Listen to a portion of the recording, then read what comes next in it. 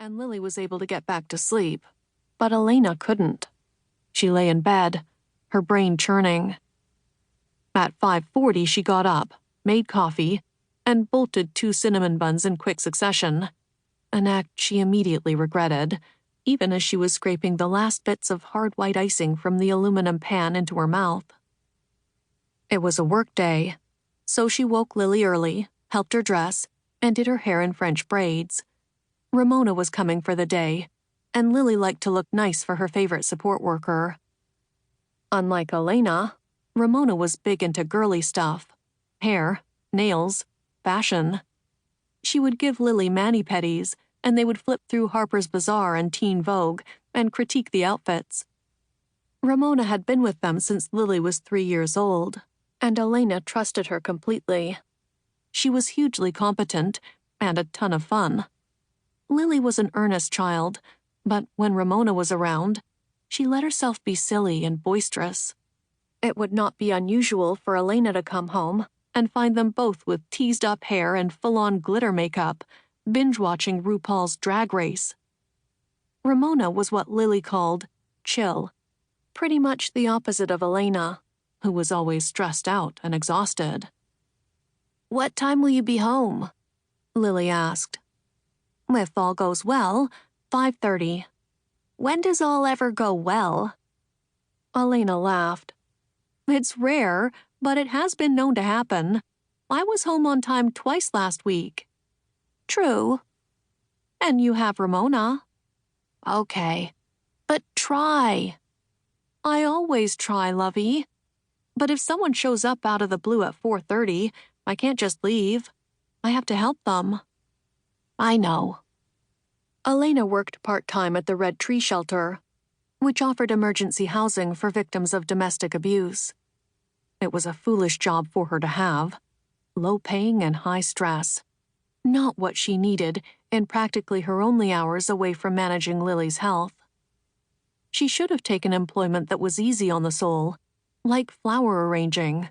Some vaguely pleasant, not overly cerebral activity that would give her time to refresh and restore. She often fantasized about becoming a professional dog walker or making perfect heart shapes and foamy coffees all day. But she stayed with Red Tree. It was important work that made her feel a little better about herself. She sometimes wondered if her motivations were selfish at root.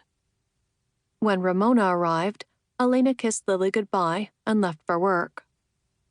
On her 3rd try, she managed to get her Stone Age Honda Odyssey to start and was backing out of the drive when a Lexus pulled in behind her, blocking her way. She tapped the horn, a polite, "I'm actually leaving here" signal. Nothing. The car just sat there. She honked again, harder, wondering why it always seemed to be a Lexus or a Mercedes or a BMW that cut her off in traffic, or jumped its turn at a 4-way stop, or blocked her driveway when she was trying to get to work, for fuck's sake. She curbed an impulse to ram her SUV into the shiny roadster, and instead left the Honda running while she strode toward the offending vehicle, getting ready to unleash years of pent-up luxury car-inspired fury on the entitled asshole behind the wheel. But before she could bang her fist on the tinted window, it slid down smoothly, revealing her brother, Martin, talking on a cell phone. He had it resting flat on an upturned palm held in front of his face.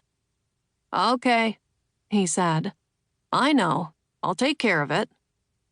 "What the hell, Martin? I have to go to work."